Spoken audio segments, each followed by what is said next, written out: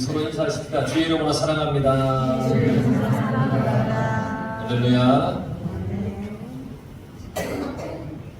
우리가 무슨 일을 하든지 아니면 무슨 행동을 하든지 무슨 생각을 하든지 거기에는 반드시 이유가 있습니다.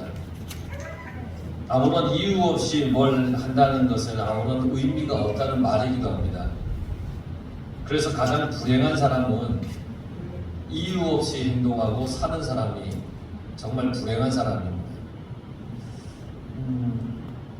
간단히 묻지마라는 제목이 붙은 어떤 그런 범죄들이 가끔 일어납니다. 아무런 이유 없이 사람을 해치고 아무런 이유 없이 위협을 가하고 막 그런 일들이죠. 붙잡아서 너 왜 그랬어? 라고 물어보면 아무런 이유가 없다는 겁니다. 그냥 했다는 겁니다. 그래서 이런 현상을 볼 때 이 현대를 살아가는 사람들은 그 사는 이유를 찾지 못해서 점점 의미 없는 인생을 살고 있는 것은 아닌가 그렇게 보여집니다. 어쩌면 이 모든 것이 정신 이상과 같다라고 볼 수 있지 않겠습니까? 아무런 이유 없이 남을 해치는 게 그게 정신 이상이 아니면 뭐겠습니까? 만약 우리가 이 세상을 살아가는데 내가 사는 이유를 모르겠다. 그러면 우리는 큰 문제를 안고 살아가는 것과 같습니다. 내가 왜 살지? 그 이유를 모르겠다면 큰 문제를 안고 살아가는 겁니다. 그러니까 중요한 것은 내가 살아가는 이유를 정확하게 알아야 된다는 겁니다. 우리 주변에서 일어나는 일들이 왜 일어나는지에 대한 그 이유를 정확하게 모르면 정확한 어떤 대처를 할 수가 없습니다. 그래서 이유를 정확하게 알아야 되는 겁니다. 예를 들자면 산사태가 많이 나는 것은 산에 있는 나무들을 너무 무분별하게 벌목을 해서 그렇지 않습니까? 그렇다면 그 이유가 정확하니까 산에 나무를 심으면 되잖아요. 이 정확한 이유에 대한 정확한 대처가 있다는 겁니다. 그래서 이유가 분명히 있어야 됩니다. 살아가는 이유가 분명히 있어야 됩니다. 우리가 살아가는 이유를 정확하게 알아야 어떻게 행동을 하고 어떻게 생각을 하고 또 어떤 마음을 품고 살지를 우리가 정할 수 있는 겁니다. 여러분들은 이 땅을 살아가는 이유에 대해서 한번 생각해 보셨습니까? 내가 지금 살아가는데 왜 살지? 내가 무엇을 위해 살지? 한번 여러분 생각해 보셨습니까? 우리가 살아가는 이유는 결론적으로 복음을 위해서 살아가야 합니다. 여러분 복음을 위해서 살아가시길 바랍니다. 무엇을 하든지 복음을 위해서. 오늘 성경에 베드로의 장모가 열병에 걸렸습니다. 그리고 예수님께서 그 열병을 고쳐주셨습니다. 그 소문을 듣고 각종 병자들이 예수님께 몰려왔는데 그들 또한 예수님께서 다 고쳐주셨습니다.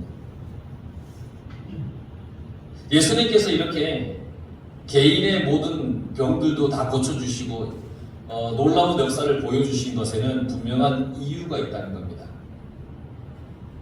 예수님께서 회당에 귀신 들린 사람이 회당에서 말씀 전할 때 귀신 들린 사람이 왔을 때 귀신을 쫓아내시고 그리고 나서 곧바로 이 시몬의 집에 가셨어요. 그런데 시몬의 장모가 중한 열병을 앓고 있어요. 그때 사람들이 그 시몬의 장모를 위해서 예수님께 구하였다라고 얘기를 했습니다. 그 시몬의 장모를 위해 예수님께 구했다. 이미 이곳에 모여있는 사람들은 회당에서 예수님께서 귀신을 쫓아내시고 병자들을 고쳐내시는 것을 보았고 그것을 들었던 사람들입니다. 예수님의 놀라운 권위와 능력을 알고 있습니다. 보았고 들었기 때문에. 그런 예수님이라면 능히 이 시몬의 장모가 앓고 있는 열병을 고쳐주실 것을 믿었습니다. 그래서 예수님께 간구했습니다. 예수님 오셔서 시몬의 장모의 이 열병을 고쳐주십시오. 열병이라는 것은 아주 심한 병을 앓고 있다는 그런 의미입니다. 아주 심한 병. 우리의 삶에는 누구나 다 크고 작은 문제를 가지고 있죠. 그 문제 때문에 내가 어떻게 해야 할지 모르고, 그럴 때 우리가 할 수 있는 가장 중요한 태도는 주님께 구하는 겁니다. 문제가 있을 때 주님께 구하는 겁니다. 자기 스스로 문제를 해결할 수 없는 것이 대부분입니다. 내 힘으로 어떻게, 내 능력으로 여러분들에게 다가오는 문제를 다 해결할 수 있습니까? 해결할 수 없습니다. 또 그런 문제들만 눈에 다 보입니다. 심지어는 해결할 수 없는 문제들 때문에 미칠 지경에 이르는 경우도 있습니다. 그때 우리는 주님께 구해야 됩니다. 주님을 찾아야 됩니다. 사람들이 시몬의 장모의 이 열병을 예수님께 고쳐달라고 구한 것, 이게 바로 중보입니다. 중보였습니다. 중보 기도입니다. 예수님, 이 베드로 장모님의 이 열병을 좀 고쳐주십시오 하고 중보 기도를 했습니다. 성경에 보면 중보 기도의 대표적인 사건이 베드로가 감옥에 갇혀 있을 때였습니다. 사도행전 12장 5절에서 12절에 보면 베드로가 감옥에 갇혀 있을 때 천사의 도움으로 그 감옥에서 나옵니다. 그래서 마가라고 하는 요한의 어머니 마리아의 집에 머물게 되는 사건이 나옵니다. 아무리 간수들이 지키고 있다 해도 주의 천사가 베드로를 데리고 감옥에 있는 베드로를 데리고 모든 문이 다 활짝활짝 열리게 하고 베드로를 데리고 나온다는 겁니다. 그런데 그때 거기서 그 베드로가 도착한 거기서 베드로가 감옥에서 나올 수 있도록 많은 사도들이 함께 중보기도 하고 있었다는 사실입니다. 중보기도는 주님께서 그냥 넘어가지 않는 아주 중요한 기도입니다. 그래서 우리는 서로를 위해서 늘 중보기도해야 됩니다. 우리 서로를 위해, 우리 모든 교우들을 위해 서로 기도 제목을 나누며 함께 중보기도해야 됩니다. 아픈 사람, 어려움을 당한 사람을 위해서 우리는 중보기도해야 됩니다. 그게 내 일이 아니라고 모른 척해서는 안 됩니다. 항상 우리는 중보하며 그를 위해 기도해주고 함께 주님께 간구해야 됩니다. 이렇게 사람들이 간구할 때 예수님께서 시몬의 장모 곁에 오셨습니다. 그리고 오늘 성경에 예수께서 가까이 서서, 그러니까 이 열병을 앓고 있는 베드로 장모의 곁에 예수님이 가까이 이렇게 서셨습니다. 그리고 간절히 예수님께 구하는 기도를 들으시고 시몬의 장모 곁에 서서 그 열병을 꾸짖었다 그랬습니다. 열병을 향하여 꾸짖었다. 예수님께서 가까이 오셨다고 하는 것은 우리의 어떤 비참한 그 현실에 영광의 하나님께서 오셨다는 말입니다. 지금 내가 처해 있는 어려운 현실 속에 그 가운데 하나님께서 오셨다는 겁니다. 지금 옆에서 계시는 겁니다. 우리가 당하고 있는 어려운 일을 보시고 영광의 하나님께서 우리 곁에 오셔서 우리의 어려움을 친히 해결해 주시는 그 은혜의 하나님을 말하는 겁니다. 예수님이 곁에 섰다는 것이 그 영광스러운 영광의 하나님이 지금 내 곁에 계시다는 겁니다. 우리가 늘 혼자라고 생각할 때 주님은 언제나 우리 곁에 계십니다. 내가 외롭다고 느낄 때 주님은 늘 우리 곁에서 우리의 친구가 되어주십니다. 내가 어려움을 당하고 있을 때 주님은 늘 우리에게 힘이 되어주십니다. 나도 모르는 사이에 그렇게 해주십니다. 그래서 우리는 늘 주님께 구하고 기도하고 중보해야 되는 것입니다. 예수님의 제자들이 배를 타고 가다가 풍랑을 만났죠. 그들은 이제 죽었다 라고 생각을 했습니다. 갈릴리의 풍랑은 아주 그 위력이 대단하답니다. 그러니까 죽었다라고 생각했습니다. 그런데 그때 예수님께서 물결 위를 이렇게 걸어오시면서 제자들을 향하여 뭐라고 말씀하시느냐? 나다, 두려워하지 말아라. 그렇게 말씀하셨습니다. 그랬더니 풍랑이 잠잠해졌다고 했습니다. 여러분, 지금 어떤 힘든 일을 지금 만나고 있습니까? 여러분 삶 속에 지금 어떤 힘든 일이 있습니까?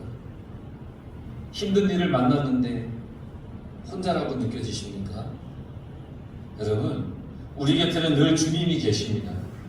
결코 나 혼자가 아닙니다. 주님이 계십니다. 우리 주님은 항상 우리 곁에서 우리를 위로해 주시고 위기에서 건져 주시고 수렁에서 끌어내 주시는 분이 주님이십니다. 진흙탕 같은 인생일지라도 주님을 찾으면 정말 내 인생이 수렁, 구렁텅이 같은 인생이라 할지라도 내가 주님을 찾으면 주님께서는 내게 가까이 오셔서 모든 문제를 향하여 꾸짖으시는 분입니다. 그러니까 여러분 주님을 찾으며 살아가시길 바랍니다. 주님께서 꾸짖으시고 우리 곁에 계실 때에 모든 문제는 떠나고 해결됩니다. 그러니 주님을 우리는 찾아야 됩니다. 예수님께서 이 시몬의 장모의 열병을 향하여 꾸짖었을 때 병이 떠나갔습니다. 늘 우리 곁에 계시는 예수님께서 우리를 위로해 주시고 격려해 주십니다. 지금 우리 곁에서 늘 우리와 함께 계시는 주님이 계십니다. 그 주님을 여러분 늘 만나시길 바랍니다. 이렇게 예수님의 크신 은혜로 인해서 열병이 떠난 이 시몬의 장모는 그 자리에서 일어나서 예수님과 그들을 수종 들었다 그랬습니다. 그 사람들을 섬겼습니다. 스스로 섬기게 되었습니다. 시몬의 장모가 이렇게 한 것은 바로 예수님의 은혜를 경험한 사람의 행동입니다. 예수님의 은혜를 체험하고 나서 여러 사람들을 섬기고 주님을 수종하였습니다. 내가 주님의 은혜를 체험하면 섬기고 봉사하는 일을 자연스럽게 기쁨으로 하게 됩니다. 주님을 만나고 주님의 은혜를 내가 깨달으면 주님을 향한 섬김과 또 내가 해야 할 이 모든 봉사의 일을 자연스럽게 한다는 겁니다. 그러니까 은혜가 있어서 봉사도 하게 되는 겁니다. 억지로 하는 것이 아니라 은혜로 인해서 자원하여서 하게 된다는 겁니다. 은혜로 인해서. 우리 교회는 이런 은혜가 넘칩니다. 왠지 아십니까? 점심 식사를 끝나면 너도 나도 설거지 하려고 합니다. 제가 알기로는 문동순 본사님이 설거지를 거의 담당하다시피 하는데 어느 순간부터 너만 하냐 나도 한다. 당신만 은혜 받고 봉사하냐 나도 은혜 받았다. 그래서 서로 설거지를 하려고 합니다. 그래서 우리 문동순 본사님이 밥을 먹는 둥 마는 둥 하고 빨리 가려고 하시는데 뭐 그렇게 안 해도 될 것 같습니다. 은혜 받았으니까 하고 싶은 거죠. 억지로 하는 것이 아니라. 은혜를 받으면 자원해서 무언가를 내가 주님을 위해 주의 영광을 위해 헌신하고 봉사하게 된다는 겁니다. 그러니까 여러분 거꾸로 얘기하면 내가 교회에서 크고 작은 봉사를 하지 않는다는 것은 내 속에 은혜가 떠나 있다는 겁니다. 그 봉사와 헌신이 귀찮거나 아니면 왜 나만 시켜? 왜 나만 해야 돼? 이런 마음이 생긴다면 은혜가 내게서 사라져 가고 있다는 얘기입니다. 여러분 은혜가 여러분 속에 넘쳐 흘러서 주님을 향한 헌신과 봉사가 기쁨이 되길 간절히 바랍니다. 그러므로 우리는 늘 주님의 은혜를 체험하고 살아야 됩니다. 은혜를 체험한 사람은 반드시 헌신하게 되어 있습니다. 시몬의 이 장모는 중보기도를 통해서 예수님께서 그의 열병을 고쳐주시는 그 놀라운 역사를 경험했습니다. 그리고 이 체험을 한 즉시 병이 떠나간 즉시 봉사를 했고 섬겼습니다. 수종 들었습니다. 예수님께서 가까이 오셔서 병을 고쳐주셨다고 하는 것은 바로 그 복음을 경험한 겁니다.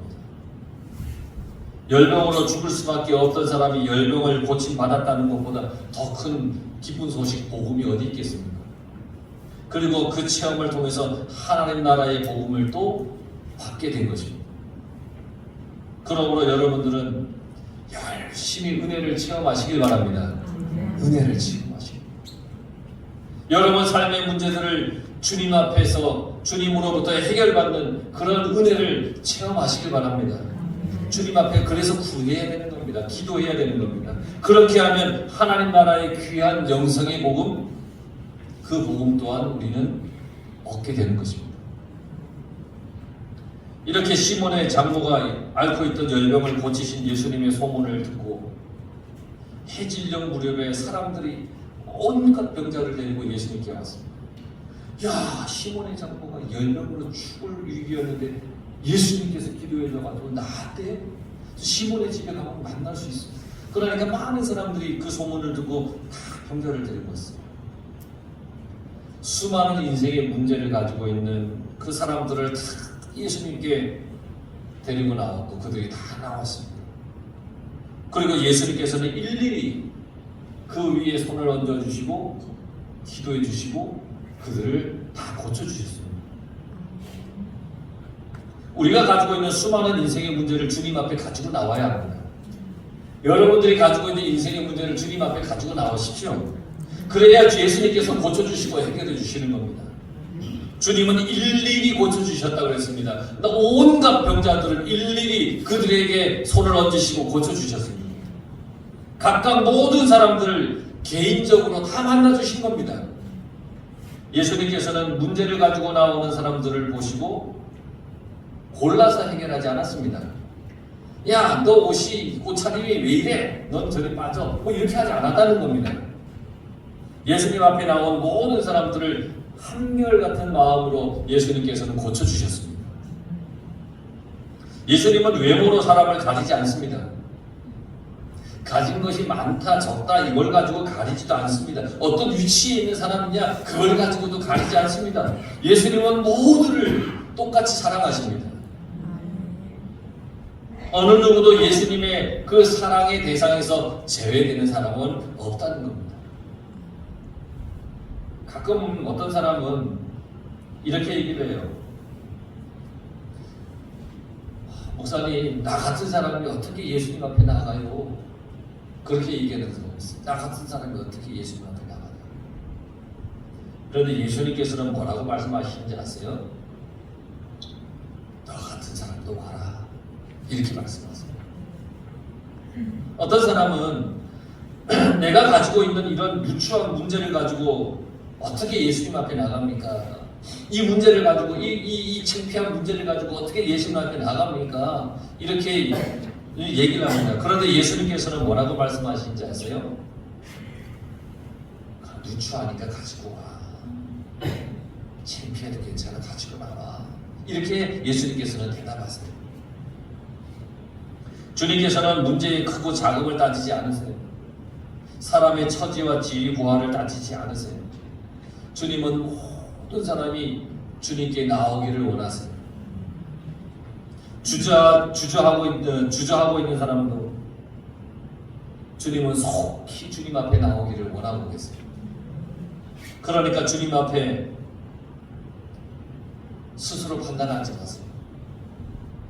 이게 주님 앞에 가능할까? 가지고 나가도 될까? 나 같은 것이 주님 앞에 나가도 될까? 스스로 판단하지 마세요. 주님은 모두가 다 오라고 말씀하세요. 주님 앞에 가지고 갈 문제, 주님이 필요 없는 문제 등을 스스로 판단하지 마십시오. 내가 주님 앞에 이걸 가지고 나가야 될까? 이건 주님께 필요 없겠지? 이런 걸 스스로 판단하지 마십시오. 우리는 모든 것을 다 가지고 주님 앞에 나오기만 하면 됩니다. 내가 판단하지 말고 주님 앞에 가지고 나가십시오. 그러면 주님께서 판단해 주실 겁니다. 주님은 잃어버린 하나를 무시하지 않는 분이십니다. 오히려 주님은 잃어버린 하나를 찾으시는 분입니다. 잃어버린 하나를 찾기 위해 온 힘을 기울이는 주님이십니다. 아흔아홉 마리의 양을 두고 잃어버린 한 마리를 찾기 위해서 온 힘을 쏟는 그런 분이 주님이십니다. 이것이 주님의 은혜입니다. 주님의 은혜는 주님의 사랑에서 제외되는 사람이 한 명도 없다는 겁니다. 이게 은혜입니다. 여러분 모두가 주님의 은혜에서 단 한 사람도 제외되는 사람이 없다는 겁니다. 그래서 주님은 일일이 여러분 한 사람 한 사람에게 친히 손을 얹어주시고 여러분들을 만져주시고 여러분들의 문제를 또한 만져주시는 분이 주님이십니다. 한 사람 한 사람. 주님께서 이렇게 하신 이유가 뭘까요? 바로 하나님 나라 복음을 위해서 그렇게 해주시는 겁니다. 하나님 나라의 복음을 듣지 않아도 되는 사람은 없습니다. 모두가 하늘의 복음을 들어야 됩니다. 그래서 예수님은 모든 사람을 일일이 다 만나주시는 겁니다. 여러분 한 사람 한 사람을 만나주시는 겁니다. 주님께서 일일이 모든 사람을 만나주시는 것을 보면 얼마나 주님께서 부지런히 주님께 맡겨진 사명을 잘 감당하며 사셨는지를 알 수 있습니다. 40절에 보면 해질 무렵에 사람들이 예수님께 온갖 병자를 데리고 왔습니다. 예수님이 일일이 만져주시고 고쳐주었습니다. 42절에 날이 밝음에 예수님께서 그곳을 나오셨다 그랬습니다. 밤을 새워서 예수님께서 자신에게 온 사람들을 만나주시고 만져주시고 고쳐주셨던 겁니다. 밤이 새도록. 이것이 우리를 향한 주님의 열심입니다. 주님은 온 열심을 다해 우리를 만나주시는 그런 분이십니다. 우리를 사랑하셔서 쉼없이 일하시는 예수님의 그 열성입니다. 열정이 있는 분. 내가 예수님의 은혜를 체험하였다면 당연히 봉사하며 섬기며 살아야 되죠. 그리고 거기에 한 가지 더해서 우리는 예수님을 닮아서 정말 열정적으로 복음을 위해서 살아야 됩니다. 예수님께서 하나님 나라의 복음을 위해 열정적으로 열심히 이 땅에서 사셨듯이 우리도 하늘의 그 복음을 전파하기 위해서 열정을 다해서 열심히 살아야 됩니다. 시몬의 장보의 집에서 나온 예수님께서 예수님을 향하여 사람들이 뭐라고 했냐면 주님 이곳에서 떠나지 마십시오 그랬습니다. 주님의 놀라운 역사들이 얼마나 귀합니까? 자기들이 그 은혜를 주님을 붙잡고 잊고 싶은 거예요. 근데 주님 이곳에서 떠나지 말아 주십시오 그렇게 부탁을 했습니다. 물론 예수님을 사랑해서 자기들 곁에 늘 계시기를 바라는 마음으로 그렇게 했습니다. 그런데 예수님께서는 그들에게 분명히 말씀하셨습니다. 43절 말씀에 내가 다른 동네들에서도 하나님의 나라 복음을 전하여야 하리니 나는 이 일을 위해 보내심을 받았노라. 예수님께서 이 땅에 오신 것은 하늘의 복음을 전하기 위해서입니다. 복음을 전하기 위해서. 예수님께서 이 땅에 오신 목적, 이유는 분명합니다. 아주 명쾌합니다. 오직 한 가지, 하나님 나라의 복음을 전하는 것입니다. 그래서 갈릴리 여러 해당에 돌아다니시면서 전도하셨다고 했습니다. 히브리서 10장 39절에 우리는 뒤로 물러가 멸망할 자가 아니요 오직 영혼을 구원함에 이르는 믿음을 가진 자니라 그랬습니다. 예수님을 믿는 우리, 예수님의 은혜를 체험한 우리, 예수님께서 명령하신 지상 명령인 땅 끝까지 복음을 전하라는 것을 아는 우리는 뒤로 물러서는 인생이 아니라 예수님의 복음을 전하기 위해 예수님께서 전진하신 것처럼 어떤 위협 앞에서도 당당히 복음을 전하신 것처럼 우리도 죽어가는 영혼이 구원함에 이르도록 복음을 전하는 믿음의 사람이 되어야 됩니다. 그게 우리가 이 땅에 살아가는 이유이고 목적입니다. 예수님께서 이 땅에 오신 이유가 바로 우리가 살아가야 할 이유가 아니겠습니까? 여러분을 통해 생명의 열매가 맺어지는 큰 은혜가 있기를 바랍니다. 주님의 마음으로 여러분들도 복음을 전하시길 바랍니다. 그러면 여러분은 하나님께서 가장 기뻐하시는 하나님의 자녀가 될 겁니다. 우리 교회 우리 모든 성도들이 복음 전파가 내가 살아가는 이유임을 깨달아서 하나님께서 가장 기뻐하는 그런 사람들이 되시고 하나님께서 가장 기뻐하는 그런 인생으로 모두가 살아갈 수 있기를 간절히 축원합니다. 기도하겠습니다.